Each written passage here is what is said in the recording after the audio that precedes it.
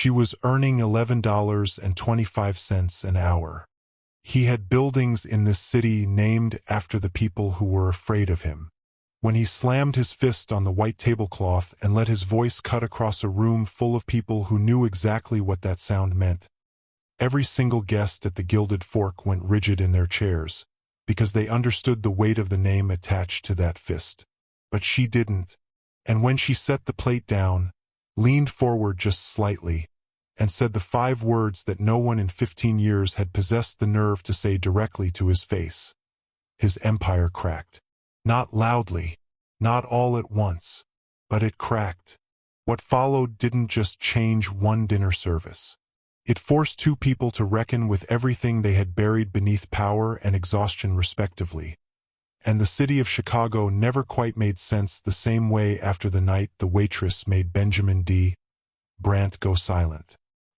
The Gilded Fork occupied the ground floor of the Alderman Building on West Randolph Street like a jewel pressed into old stone. White tablecloths, crystal stemware that caught the chandelier light and threw it in small explosions across the ceiling. A wine list that the sommelier, Gerard, updated quarterly and discussed with the reverence of a man reading scripture. The kitchen ran on precision. The floor ran on performance. And if a guest's water glass sat empty for longer than 90 seconds, the floor manager, Roland Vick, would feel it personally, the way certain people feel changes in barometric pressure before a storm. Deborah R. Lucht had worked there for 2 years, 7 months, and 19 days.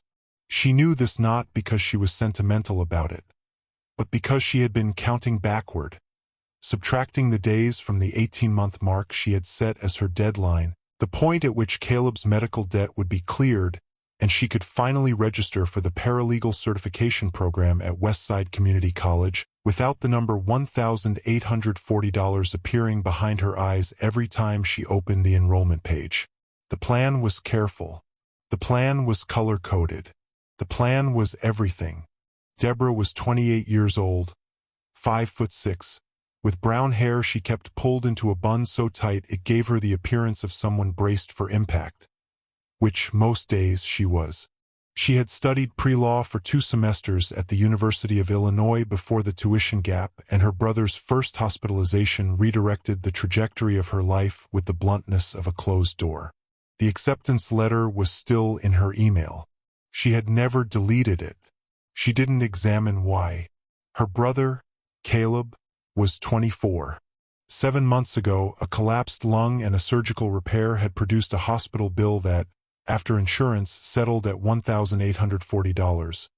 A number that was not catastrophic in the abstract and was completely catastrophic in the context of Deborah's actual life.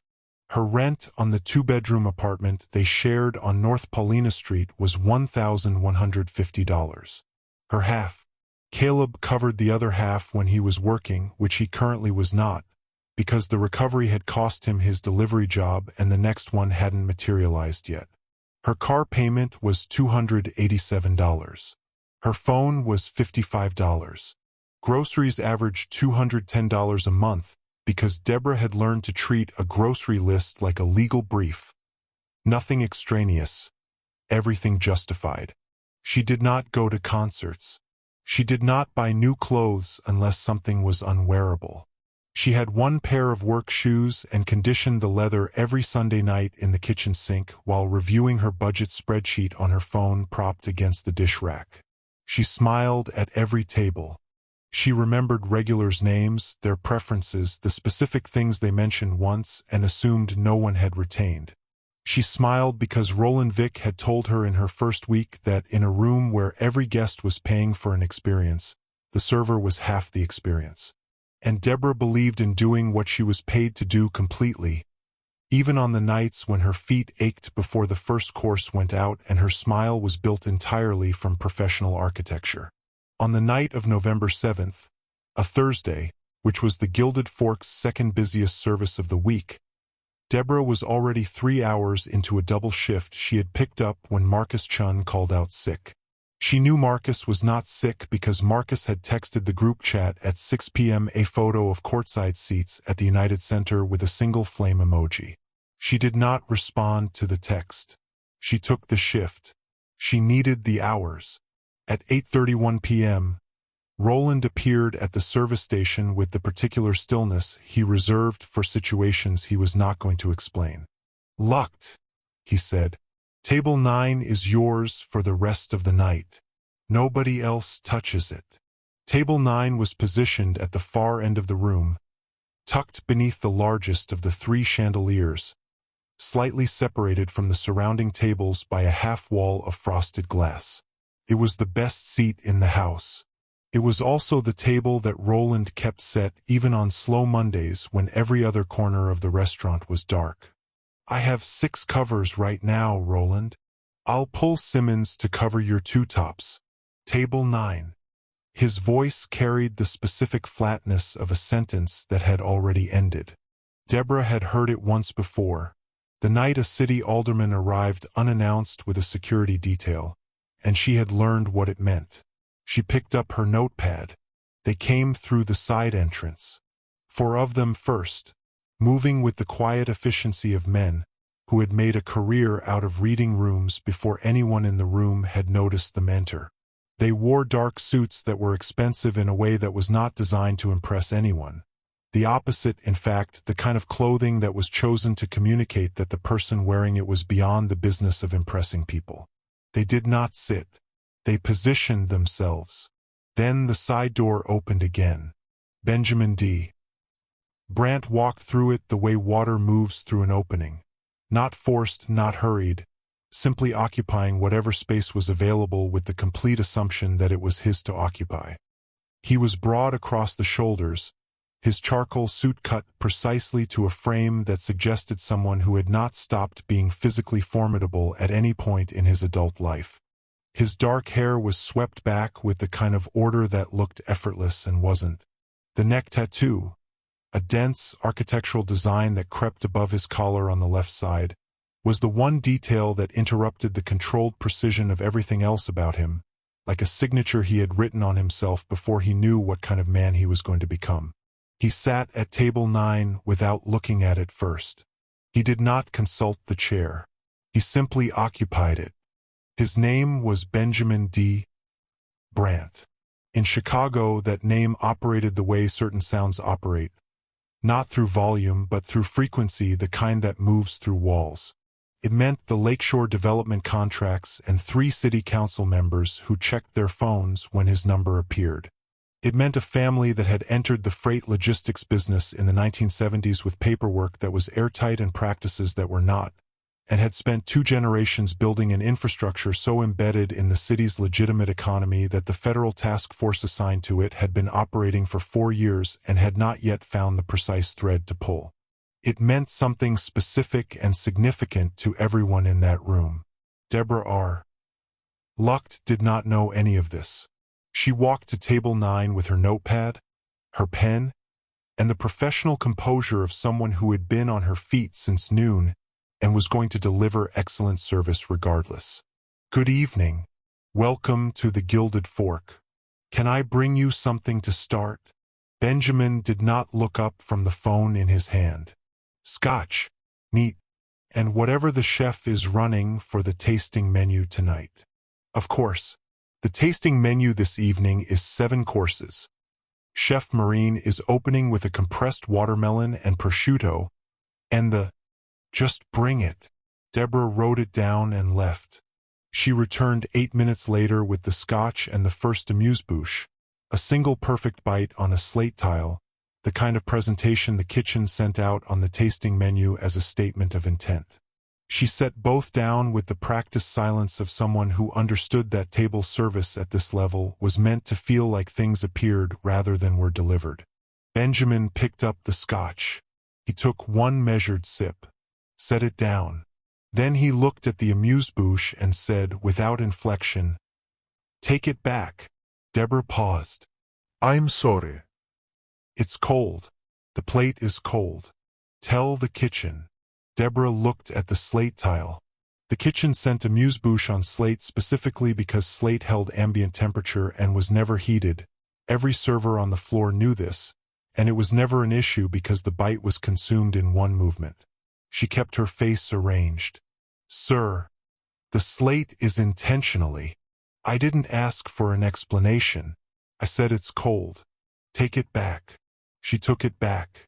She returned to the kitchen, stood at the pass, and informed Chef Marine's sous chef, a precise Hungarian named Lev, of the complaint.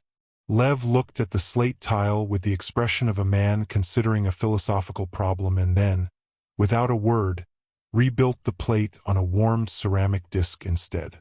Deborah carried it back. She set it down. Benjamin did not acknowledge it. She returned to her other tables. Table 4 needed a wine recommendation. Table 12 had a dietary restriction that hadn't been communicated to the kitchen and needed immediate rerouting.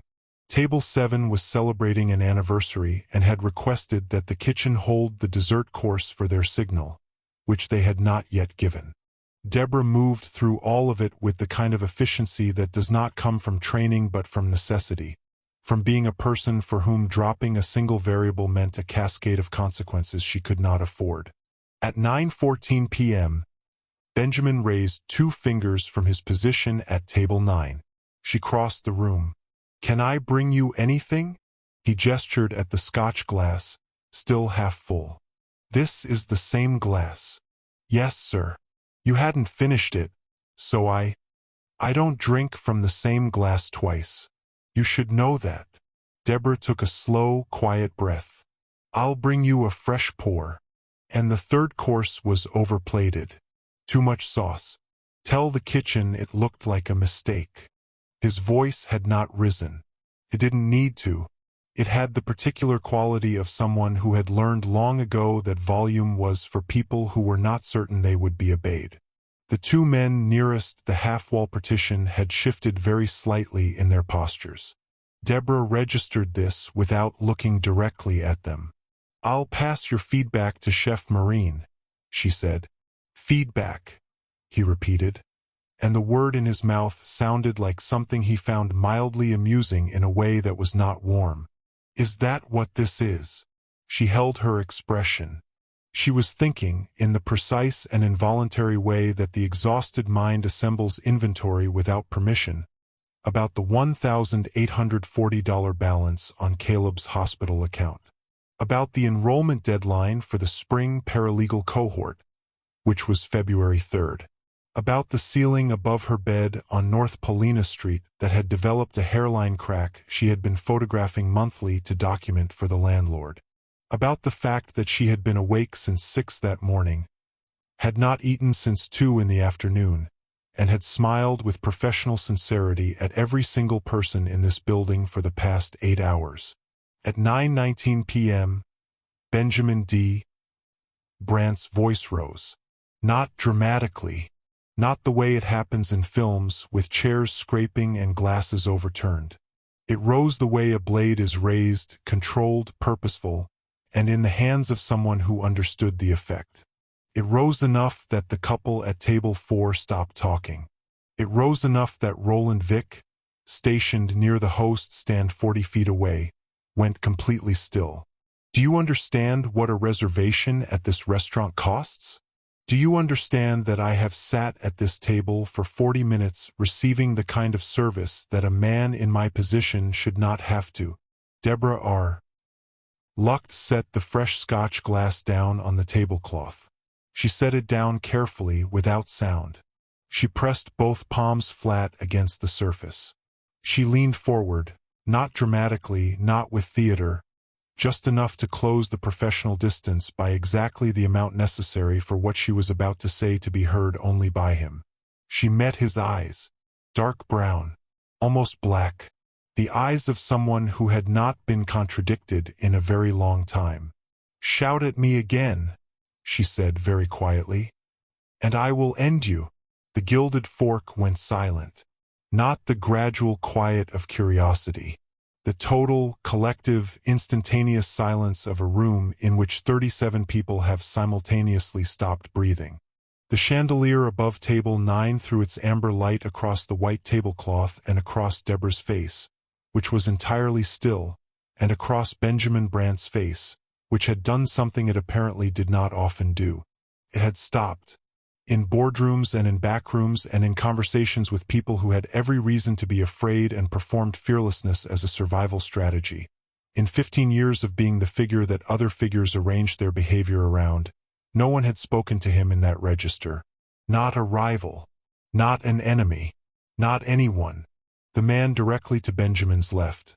A broad figure with close-cropped gray hair who had been with him for 13 years and whose name was Carl Desch, placed one hand on the edge of the table. Benjamin raised a single finger without breaking eye contact with Deborah. Carl's hand retreated. The silence stretched. Crystal. Precise. Unbearable to everyone in the room except, apparently, the two people at table 9. Then Benjamin D. Brandt picked up the scotch glass. He took a slow, deliberate drink. Set it down with complete control. "The sauce on the third course," he said. And his voice was different now. The weight was still there, but the edge had changed. Recalibrated, like a man who had just encountered a variable he had not built into his calculation. It was actually fine. Deborah straightened. Her heart was doing something architectural to her ribcage. Her hands, pressed to the tablecloth, were not entirely steady, and she held them that way by a discipline that had taken 3 years of double shifts to build. She picked up her notepad. "I'll let Chef Marine know," she said, as if the past 90 seconds had been a routine exchange about the tasting menu. She turned and walked back toward the service station at exactly the pace she always walked. Roland Vick was waiting for her at the pass. He looked like a man who had just watched someone play Russian roulette and survive through the complete wrong methodology. He grabbed her sleeve. "Lucked," he said at a pitch that was barely sound. "Do you have any idea who he is?" "Yes, I'm beginning to." She looked at Roland's face, really looked at it, and felt the cold, clarifying weight of a situation coming into full focus. She reached for the scotch decanter. "I'm going to bring him a second pour," she said, "and apologize for the delay." Roland stared at her. "That's it? That's the plan. That's the plan." She poured. She carried it back. She set it at table 9 and met his eyes with the same level steadiness she had offered him since the moment she walked to this table. "My apologies for the wait." Benjamin Brandt looked at her for a long moment. Then he pulled out the chair across from his. "Sit down," he said. "I'm working." "I know." Pause. Something moved through his expression that was not warmth, but was something adjacent to recognition. "Sit down anyway." The refrigerator door had become a kind of ledger. Caleb's hospital paperwork lived there. Itemized, dated, clipped with the binder clips Deborah bought in bulk because they were $3.49 for 30 and lasted effectively forever. She had arranged the bills in chronological order, oldest at the top, most recent at the bottom, the way you'd organize a case file. The total, $1,840, was written on a yellow post-it in the center of the cluster in her own handwriting. Updated every time she made a payment because she needed to see the number change. She needed proof that movement was happening, even when it didn't feel like it. Even when the movement was $40 in a month where the car needed an oil change and Caleb's follow-up appointment cost a $75 copay that wasn't in the spreadsheet. The notebook lived in her bag. Navy blue, college-ruled, the kind that cost $1.99 at the drugstore 2 blocks from the apartment.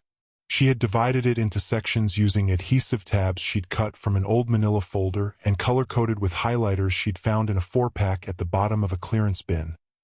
Orange for fixed expenses, green for income, yellow for the debt timeline, pink for the paralegal program, which had its own page because it needed to remain separate and specific and real, a destination written in ink rather than pencil, so that it could not be quietly revised away on a bad month. The enrollment deadline for the spring cohort was February 3rd. 12 weeks of coursework. A certification that would move her earning ceiling from $11.25 an hour to something in the low 20s, which was not wealth but was a different kind of life. The kind where a single medical emergency didn't also become a financial one. The kind where the number on the post-it wasn't the first thing she saw every morning. She had run the figures so many times they had stopped feeling like arithmetic. They were coordinates now, fixed points she navigated by in the dark. Deborah R. Lucht had grown up in Evanston, the second of two children raised by a woman who worked days at a title company and evenings at a dry cleaner and still found time on Sunday afternoons to sit at the kitchen table with both kids and explain, with the patience of someone who had learned things the expensive way, exactly how money worked and exactly how fast it didn't. Her mother, Patricia, had died 4 years ago. A stroke, quick and without negotiation, the kind that didn't leave room for goodbye. What she'd left behind was the habit of the ledger. The practice of knowing exactly where every dollar was and exactly where it was going, because uncertainty about money was its own kind of poverty, and Patricia Monroe had decided her children would not carry that particular weight. Deborah had carried everything else instead. The apartment on North Paulina Street was not a bad apartment. That was the honest accounting of it. The ceilings were high, which Caleb liked, and the radiator worked reliably, which mattered in November more than almost anything, and the landlord, Mr. Foss, was not unkind so much as indifferent in the specific way of men who owned property and did not think too carefully about the people who lived inside it. The crack in Deborah's bedroom ceiling was documented. The slow drain in the bathroom was documented. The water pressure issue on cold mornings was documented. She kept a notes file on her phone with dates and photographs, organized by incident, because she had read enough tenant rights material online to understand that documentation was the difference between a complaint and a case. She was preparing for a case she hoped she would never have to make, which was also, she had come to understand, more or less the definition of being an adult in a city that didn't particularly care whether you were ready for it. Caleb felt the weight of all of it. She knew this even when he didn't say so, and he rarely said so, because he was the kind of person who expressed guilt through action rather than language. He made coffee before her early shifts and left it in the blue thermos on the counter without being asked. He replaced the dish soap when it ran out. He had started cooking dinner twice a week, nothing elaborate, pasta mostly, sometimes rice and whatever protein was on sale, but he left a plate covered in foil in the oven on the nights she worked doubles so that she came home to something. These were small things that were not small at all. They were a person saying, in the only currency he currently had, that he understood what she was doing and that he was trying to matter in the doing of it. She was going to get them to the other side of this. That was the plan. The plan was color-coded and cross-referenced and updated every Sunday night at the kitchen table. The plan accounted for variables and built-in contingencies and had a column in the green section specifically labeled unexpected, because Deborah had learned from her mother and from 3 years of serving other people's expensive dinners that the unexpected was not actually unexpected. It was simply the part of the plan that hadn't happened yet. The plan did not account for Benjamin D. Brandt. Nothing, she would later think, could have. Roland Vick had managed the floor at the Gilded Fork for 11 years, and in that time he had developed the particular set of instincts that the job either built in you or broke you trying. He could identify a dissatisfied table from across the room by the angle of a shoulder. He could read the kitchen's mood from the sound of the pass. He could tell, within 45 seconds of a party being seated, whether the evening was going to be straightforward or whether it was going to require the specific kind of damage control that didn't appear in any training manual and couldn't be delegated to someone who hadn't yet learned what was worth being afraid of. At 8:28 p.m. on the 7th of November, Roland looked through the front window of the Gilded Fork and went very still. There were 2 black Escalades at the curb. A third was pulling in behind them. The vehicles sat with their engines running and their windows opaque, and Roland recognized them the way you recognize a weather system, not by what you could see but by what the air around them communicated. He set down the reservation book he'd been holding. He straightened his jacket. He turned to the floor with the measured calm of a man who had learned that the worst thing a manager could do in a tense situation was move quickly. "Simmons," he said, at a volume intended only for the server nearest him. "Pull the covers from 14 and 15. Move the Hargrove party to the East Banquette. He paused. Now, please. Quietly. Simmons, young, perceptive, 3 months on the floor, looked at the window and then back at Roland and did not ask a single question. He moved. Within 4 minutes, the center section of the Gilded Fork had been discreetly reconfigured.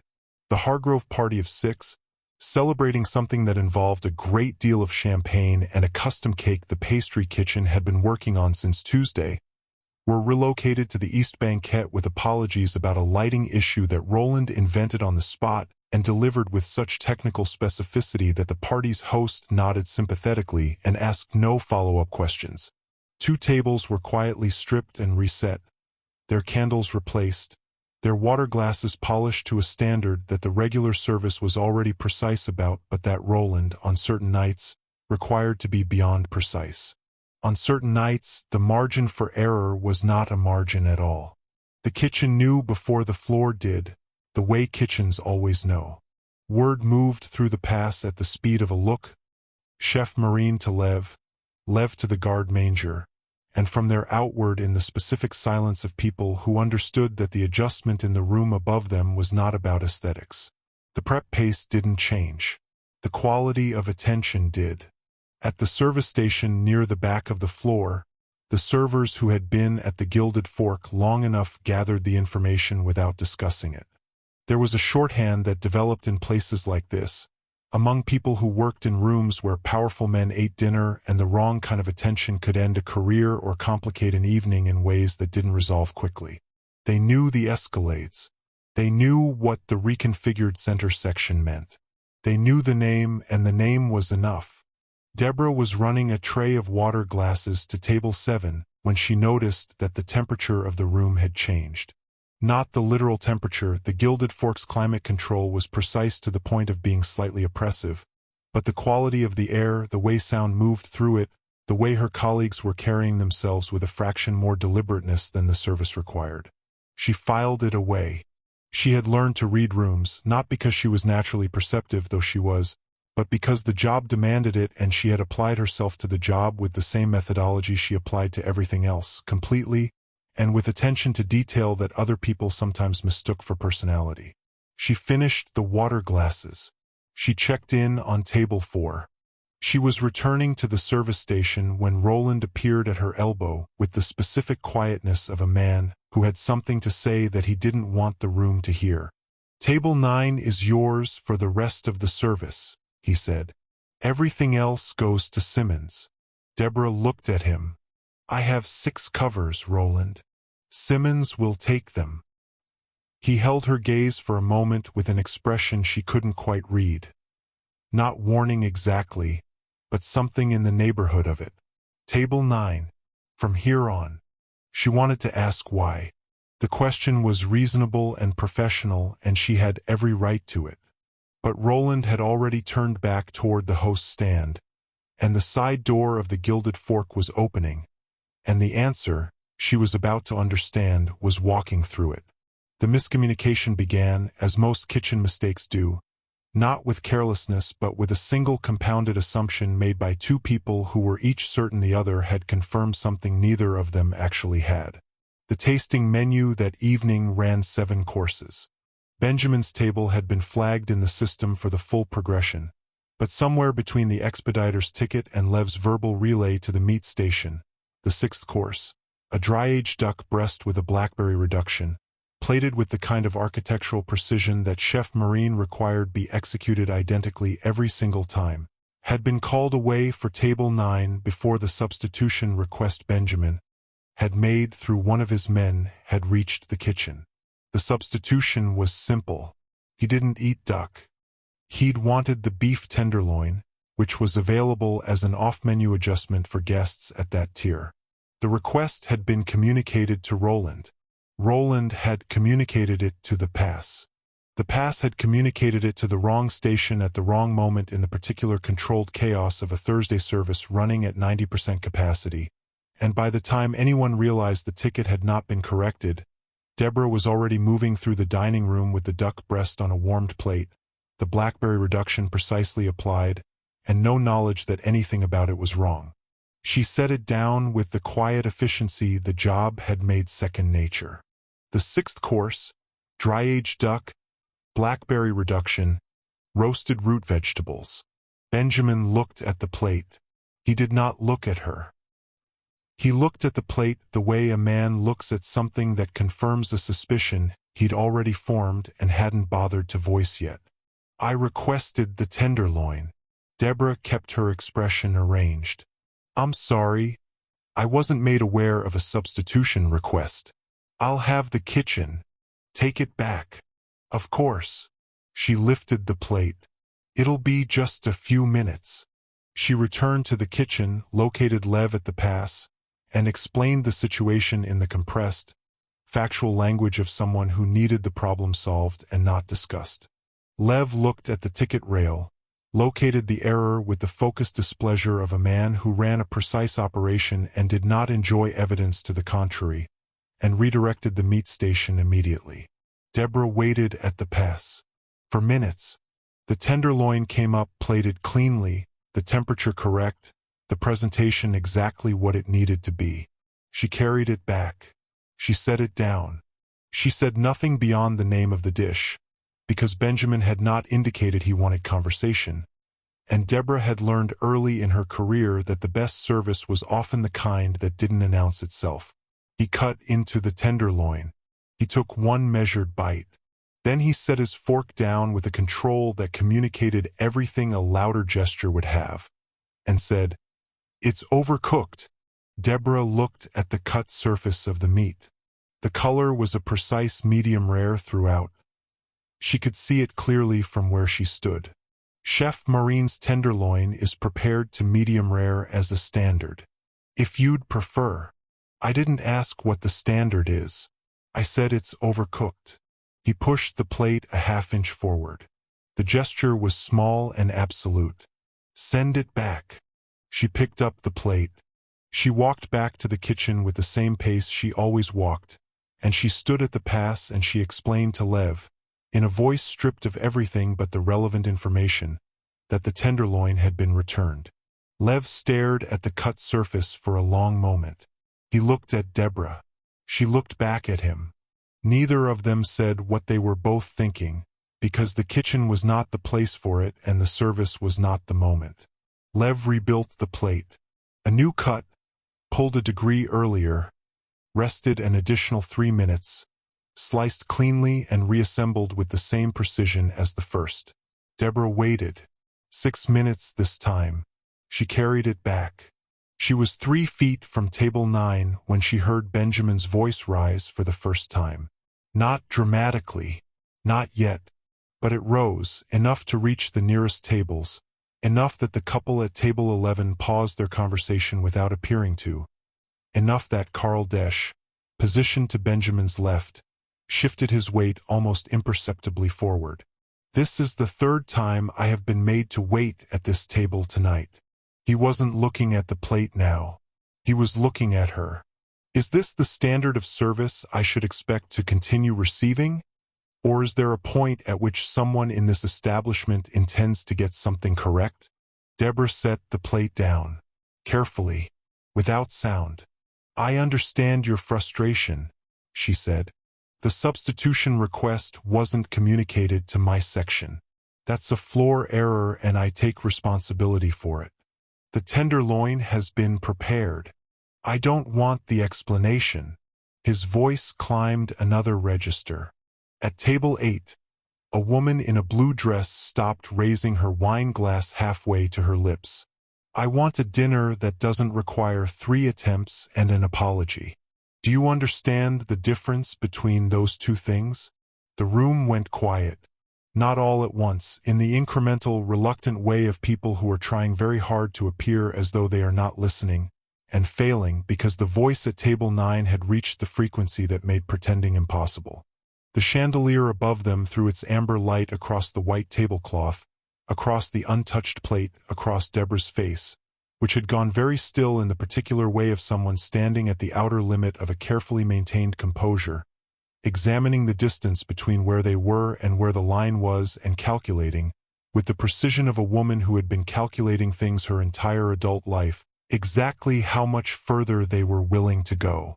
The answer, it turned out, was not much further at all. There is a particular kind of exhaustion that has nothing to do with sleep. Deborah had learned to recognize it over the past 2 years, the way you learn to recognize a change in weather, not by looking up but by the feeling in your bones, the specific heaviness that settles in when the body has been asked to absorb more than the body was designed to absorb without acknowledgement. She had carried it through double shifts and follow-up appointments and Sunday nights at the kitchen table with the notebook open and the numbers doing what numbers did, which was tell the truth whether you wanted them to or not. She had carried it with professionalism and with discipline and with the practiced warmth of someone who understood that her feelings were not the point, that the point was the table and the guest and the service and the February 3rd deadline written in ink in the pink section of a navy blue notebook that cost $1.99. She had carried it right up until this moment. And then she set it down. Not loudly. Not with theater. The way you set something down when you have been holding it for so long that the muscles responsible have simply, quietly stopped cooperating. She was aware of the room. She was aware of the couple at table 8 with the suspended wine glass, and the party at the East banquet whose laughter had tapered into uncertain silence, and Roland at the host stand 40 feet away who had gone the particular shade of still that living things go when they are near something they cannot outrun.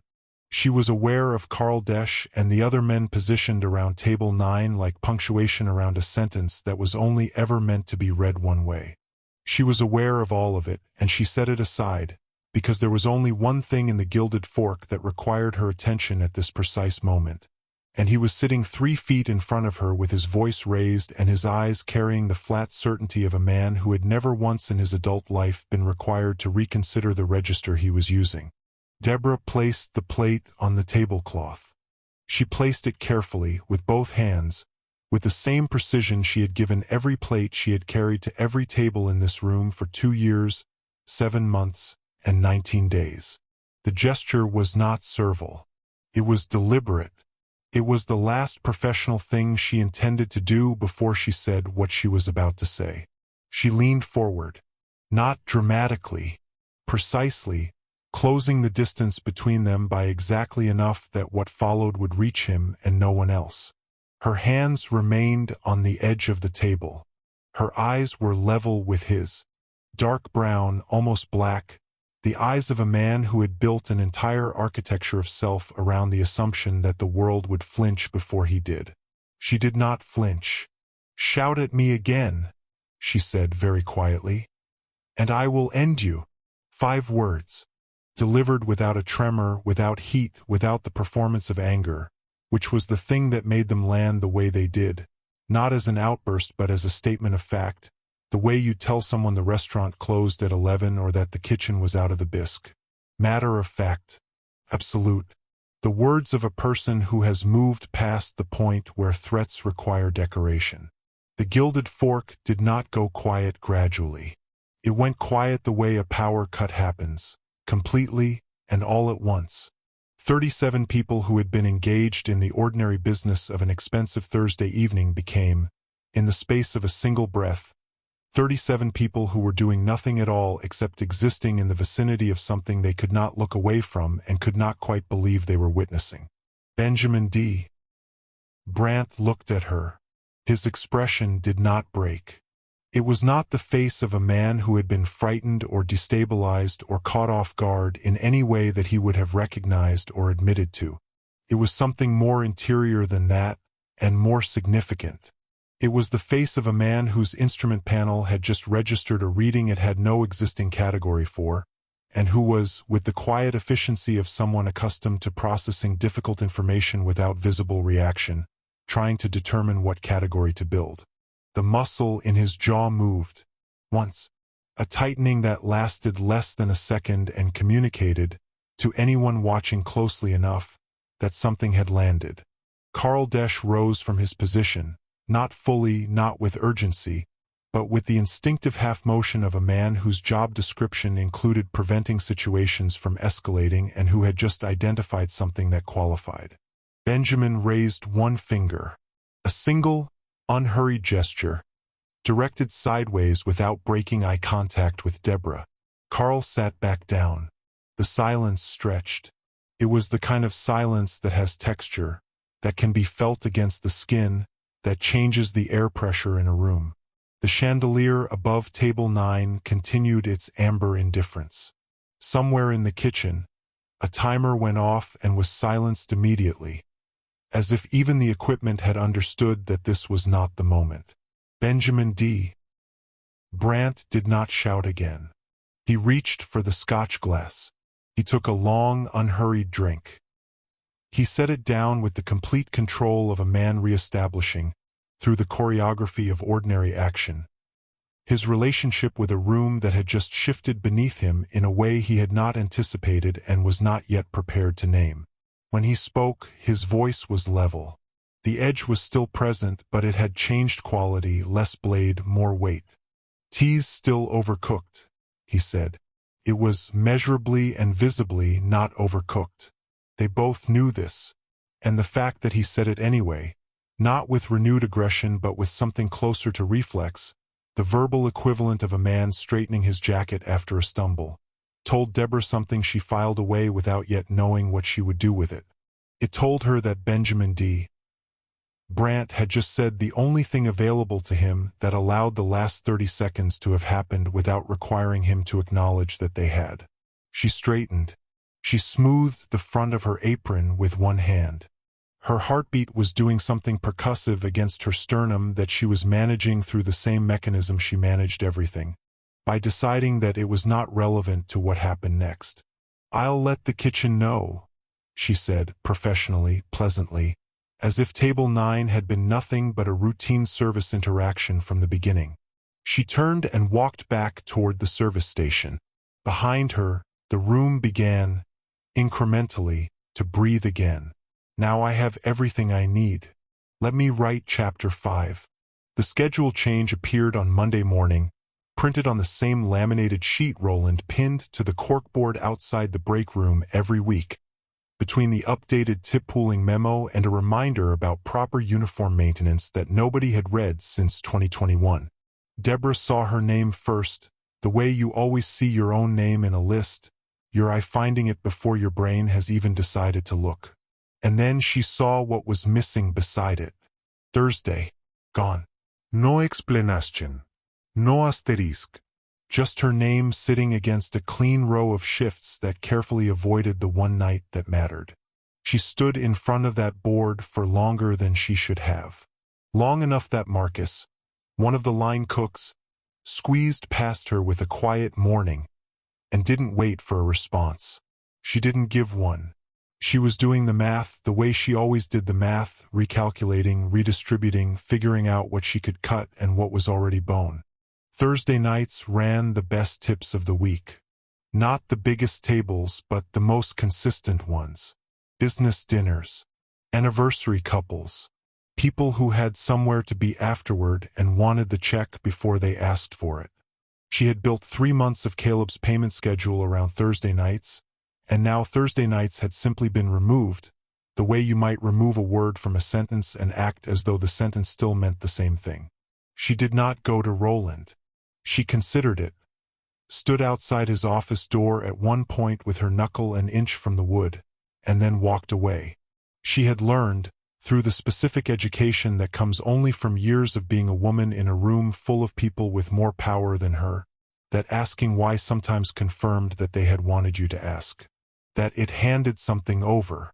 She went back to her section, picked up her 4 tables, and smiled until smiling felt structural again, like load-bearing architecture rather than an expression. 3 days passed. She worked Tuesday and Wednesday and covered a Sunday brunch that left her feet aching from the arch up. She did not call anyone. She did not say Benjamin D. Brant's name out loud, not to her coworker Tish, not to Caleb when he called on Wednesday evening to tell her his follow-up appointment had gone well. His voice carrying that careful cheerfulness he'd adopted since the surgery, the tone of someone trying not to cost anything. She just filed the information away in the part of her mind where she kept things that didn't have a category yet. On Thursday morning, the new schedule appeared. Same board, same laminated sheet. Her name was back.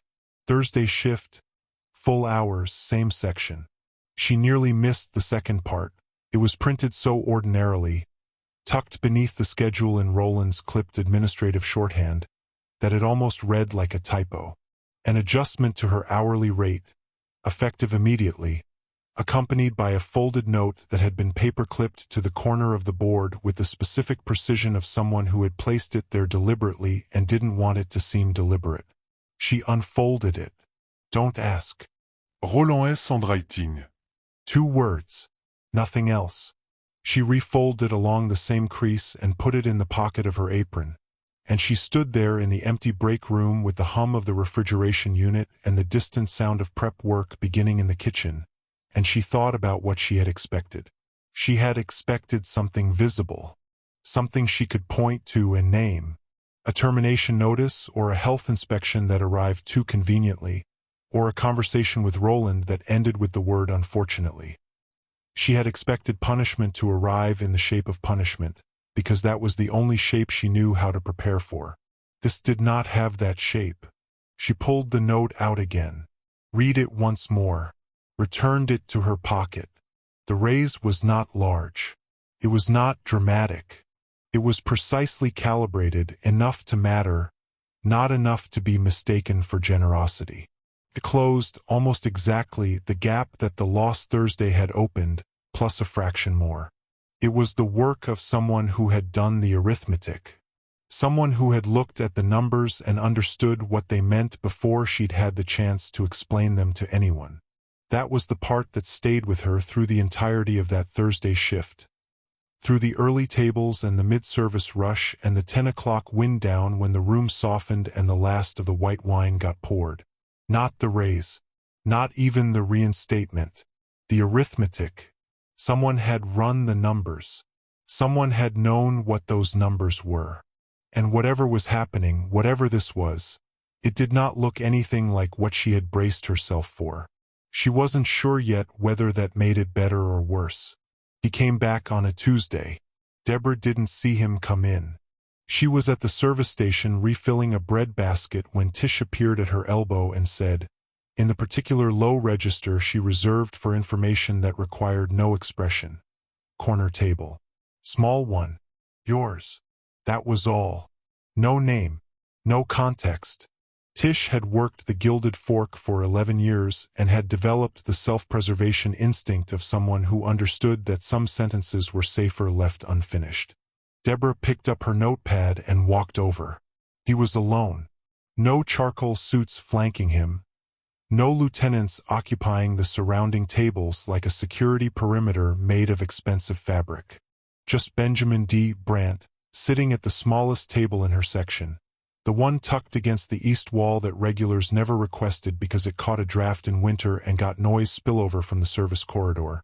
With his hands folded on the white tablecloth and his eyes moving across the room with the unhurried patience of a man who had nowhere else to be, or had decided, for the moment, to pretend that was true.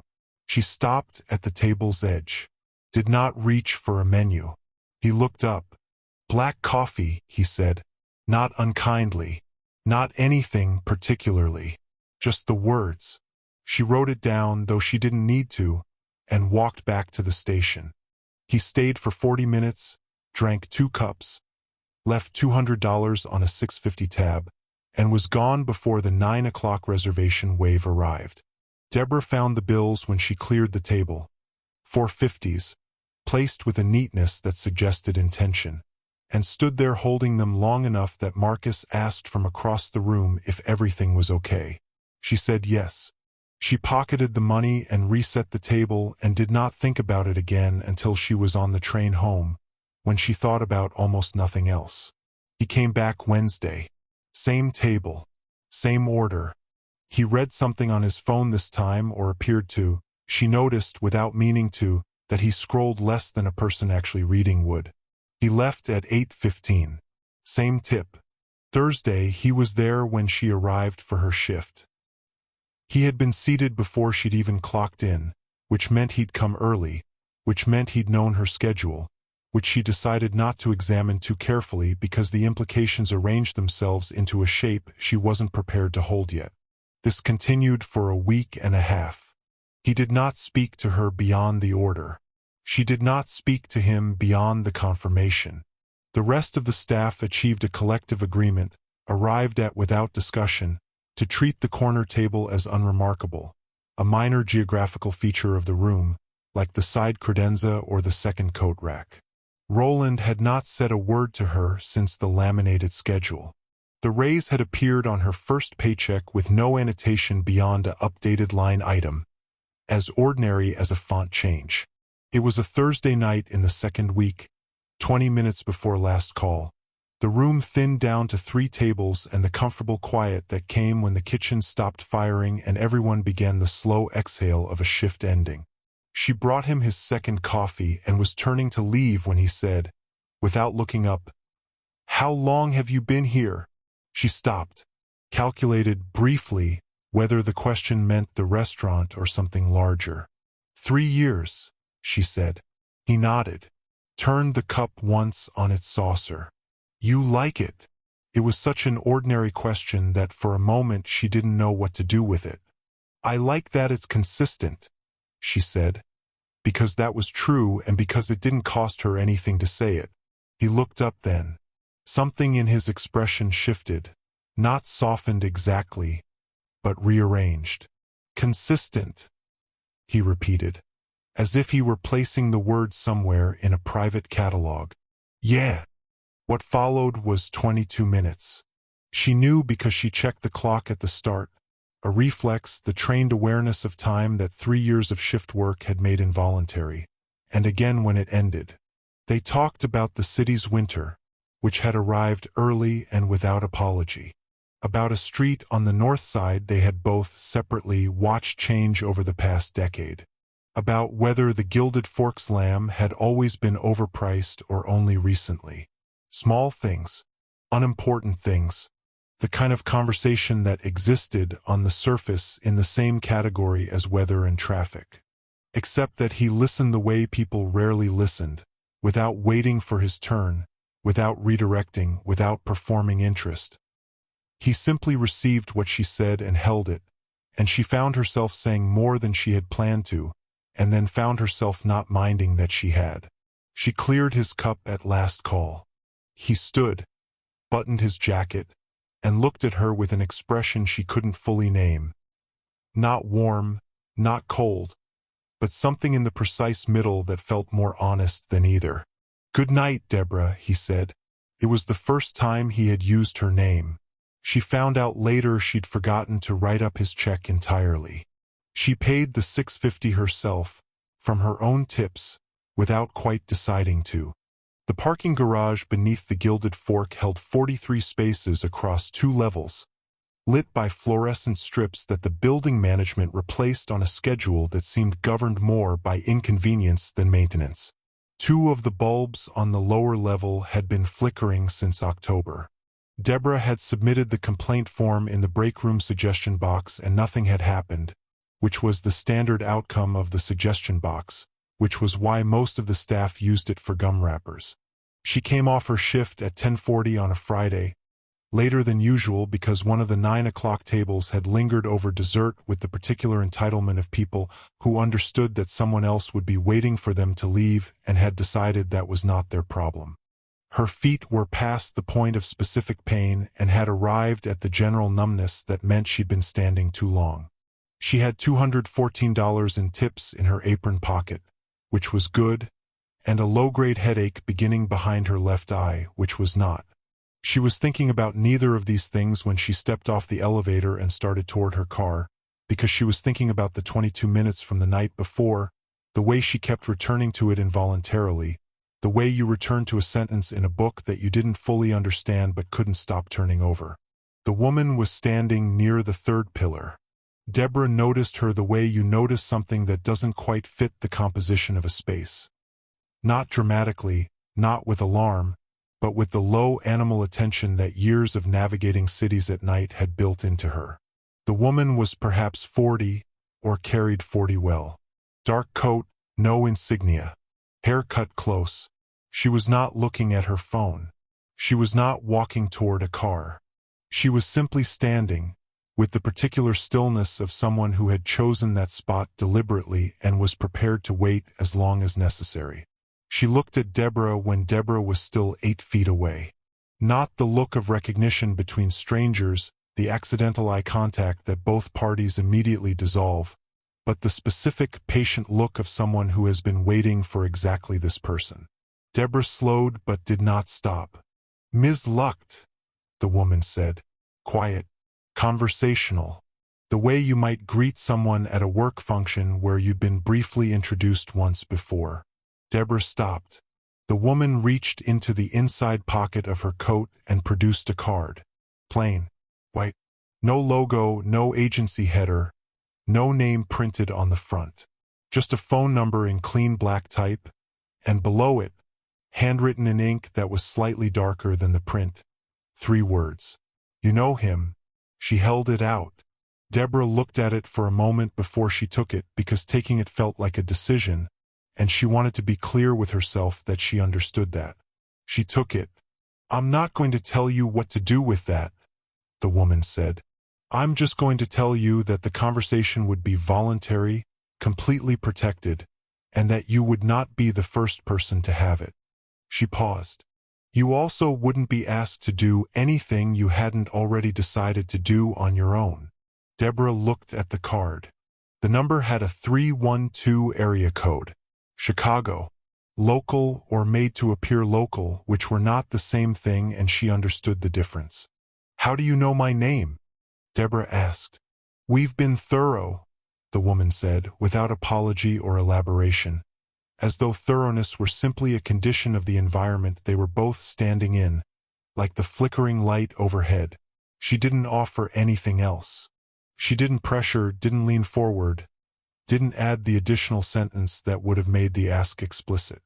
She just waited, with the same practiced stillness she'd had when Deborah stepped off the elevator, as if she had a specific quota of words for this conversation and had already spent most of them. "Okay," Deborah said finally, which meant nothing, and they both knew it meant nothing, and neither of them pretended otherwise. The woman nodded once, put her hands back in her coat pockets, and walked toward the exit ramp without looking back. Her footsteps were quiet in a way that felt deliberate. In 30 seconds she was gone, and the garage was just the garage again, the 2 flickering bulbs, the smell of exhaust and cold concrete, the distant compression of the elevator cable somewhere above. Deborah stood where she was. She looked at the card. She turned it over. The back was blank. She turned it to the front again and read the 3 words a second time, then a third, as though repetition might change what they required of her. Didn't.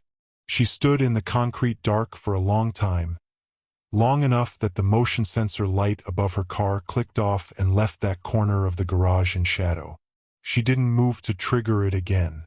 She just stood, holding a plain white card with a phone number and 3 words, doing the specific kind of math that didn't have columns or totals, the kind where every number was a person, and every calculation had a consequence she couldn't fully see from where she was standing. Then she walked to her car, started the engine, and drove home without the radio on. The park at Meridian and 5th was not the kind of park anyone chose. It existed in the way that certain city spaces exist, not designed so much as leftover, a half-acre of concrete benches and 2 bare-limbed trees squeezed between a dry cleaner and a parking structure, maintained just enough to avoid becoming a complaint. In summer, it caught shade from the building to the west for approximately 40 minutes in the late afternoon. In November, it caught nothing. Deborah had walked past it 600 times without once sitting down in it. She was sitting in it now, on the bench closest to the street at 10:55 on a Tuesday night, because she had come off her shift and instead of going to the garage she had walked here, and she had taken out her phone, and she had sent a text to a number she should not have had but did, because Tish had written it on the back of a receipt 3 weeks ago with the specific casualness of someone performing casualness and said only, *Corner Park. Across from the fork. If you want to talk. *. She had not planned to send it. She had been planning not to send it for 11 days. Since the parking garage. since the plain white card that was currently inside the zippered interior pocket of her bag where she put things she wasn't ready to make a decision about. And then tonight, between the second and third table of the late seating, something had shifted. Not dramatically, not with any visible cause she could name, and by the time she clocked out she already knew she was walking to the park instead of the garage. He arrived 8 minutes after she sent the text. Alone, which she had expected by now. Dark coat, no tie. He came from the north end of the block, hands in his pockets, and when he saw her on the bench he didn't slow down or recalibrate his expression. He just walked over and sat down on the far end of the same bench, leaving a careful distance between them, and looked out at the street. Neither of them spoke for a moment. A cab moved through the intersection. Somewhere above them a window was lit in the parking structure. A single yellow square in all that concrete gray. "What did you actually want from this?" Deborah said. She had not planned the phrasing. It arrived fully formed, the way questions do when you've been carrying them long enough that they stop being questions and start being weight. She didn't look at him when she said it. She watched the intersection. The silence that followed was not the silence of someone constructing an answer. It was the silence of someone deciding whether to give the true one. "I don't know that I wanted anything," he said finally. "At first." "And after first?" He was quiet again. He leaned forward, elbows on his knees, and looked at the ground between his shoes. It was the first time she had seen him in a posture that wasn't vertical, that wasn't the specific architecture of a man accustomed to being looked at and had built his body accordingly. "I have a son," he said. "Marcus. He's 19. He paused. "He doesn't take my calls." Deborah said nothing. The cab was gone. The intersection was empty. "He hasn't taken them in about 14 months. Since he found out, since he understood specifically what I do. What I've done." Benjamin turned the sentence over carefully, like he was checking it for accuracy rather than softening it. "He's not wrong. That's the part one keep arriving at. I keep looking for the angle where he's wrong and I can't find it." The yellow window in the parking structure went dark. "I came back to the restaurant," he said, "because I couldn't explain to myself why what you did, what you said, stayed with me the way it did. I've had people threatened for less." He said it plainly, without drama, the way you state a fact about weather. "And you stood there. You weren't performing courage. You weren't even angry, really. You were just done. And I kept thinking about what it would take for a person to be that done. And whether I had ever once in my life been that honest with anyone." He stopped. "Including myself." Deborah looked at him then. He was still looking at the ground, and he didn't appear to notice or mind that she was watching him, which she found, unexpectedly, to be the most disarming thing she had witnessed from him yet. More than the tips, more than the raise, more than 22 minutes about nothing that had turned out to be everything. "Marcus won't take my calls," he said again, quieter this time, as though repetition might eventually produce a different meaning. "But I'm trying to make sure that when I'm gone, whatever I leave behind doesn't require him to carry what I built. I'm trying to—" He stopped himself, started again. "I'm trying to stop making things that other people have to survive." The wind moved through the two bare trees. Deborah sat with the weight of what he'd said and did not rush past it, did not fill the space around it with something easier. "That's the first honest thing you've said to me," she said. He looked up, met her eyes. "Yeah," he said. "I know." The news broke on a Wednesday, which was an ordinary day for most things and an extraordinary one for this. Deborah read it on her phone during her break, seated on the upturned milk crate behind the service entrance that the staff had unofficially designated as the place you went when you needed 4 minutes that belonged only to you. The article was brief and used the language that journalism uses when it is describing something large but can only confirm something small: federal charges, racketeering, associates of, sources familiar with the investigation. Benjamin D. Brandt's name appeared in the fourth paragraph, not the first. By the time she reached the sixth paragraph, which noted that a recently restructured holding company with legitimate real estate and hospitality assets had been formally separated from the indicted entities and was not among the properties named in the filing, she had already stopped being surprised. She finished reading, put her phone in her apron pocket, sat for another minute listening to the alley. A delivery truck idling somewhere on the next block, pigeons negotiating a ledge above the dumpster, the muffled percussion of the kitchen through the steel door behind her. Then she went back inside and picked up her tables. She did not hear from him. She had not expected to. The white card had been sitting in the zippered interior pocket of her bag for 19 days when she finally took it out, not to dial the number but to look at it one last time in good light. She was at her kitchen table, Caleb's latest hospital statement spread in front of her alongside her notebook, the color-coded columns updated through the end of the month. The 3 handwritten words looked smaller than she remembered. You know him. True, she thought. Also insufficient. Knowing someone and knowing what to do with that knowledge were different mathematics entirely, and she had run both sets of numbers enough times to understand that calling that number would not simplify either equation. It would only introduce variables she couldn't control into a situation that was already resolving without her. She turned the card to its blank side, found an envelope in the kitchen drawer, the plain ones without a return address window, and wrote the 312 number on the outside from memory. Sealed the card inside, blank side up, as though even the 3 words were not hers to send back. Stamped it, walked it to the blue mailbox on the corner of her street the following morning on her way to the train. She did not feel resolved when she dropped it in. She felt, more precisely, like someone who had made a choice that was not dramatic, would not be recorded anywhere, and was correct anyway. These were, she was learning, usually the same choice. The paralegal certification program at Hargrove Community College accepted rolling enrollment through the 15th of each month. She had known this for 2 years. She had written the deadline in her notebook each month in the same blue ink she used for everything, and each month she had looked at it and recalculated and determined that the timing was not yet right, that the debt wasn't low enough, the cushion wasn't wide enough, the margin for error wasn't something she could afford to shrink. On a Thursday morning in the second week of November, sitting at the same kitchen table with the same notebook open in front of her, she picked up a green pen, a color she had not used in the notebook before, had not assigned to any category, and wrote her name on the program's online registration form and clicked submit before she could run the numbers one more time. She stared at the confirmation email for a moment.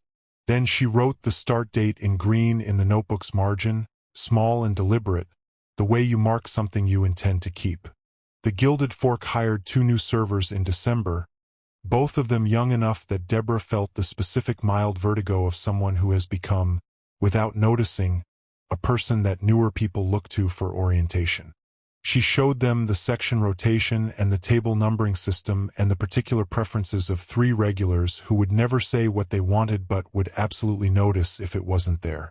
She did not tell them about Table 9 or about the corner table or about a park at Meridian and 5th on a cold Tuesday night. Some education was not transferable. She heard, through the kind of ambient information that moves through a city without anyone deciding to carry it, that Marcus Brandt had taken over operational management of a mid-sized hotel group on the north side, that he had kept the staff, that he had been, by most accounts, fair. She did not know whether Benjamin knew she knew this. She suspected he did. She suspected he had arranged for her to know it, in the same quiet, precise way he had arranged most things. Not with flourish, not with declaration, but with the careful architecture of a man who had decided, however late, to start building things that didn't require someone else to survive them. Life at the Gilded Fork continued. The Thursday shift refilled. The chandelier threw its amber light across the white tablecloths, and the low murmur of the room rose and fell with the rhythm of a city that did not pause for anyone's reckoning, private or otherwise. But Deborah moved through it differently now. Not louder, not softer, just with the particular quality of someone who has stopped performing invisibility and begun, slowly and without announcement, to take up exactly the amount of space she had always been owed. She carried the green pen in her apron pocket. On quiet nights, when the last table had paid and the room was being reset for tomorrow, she would sometimes find it between her fingers without remembering reaching for it. A small, deliberate weight, the color of something she had finally decided to keep.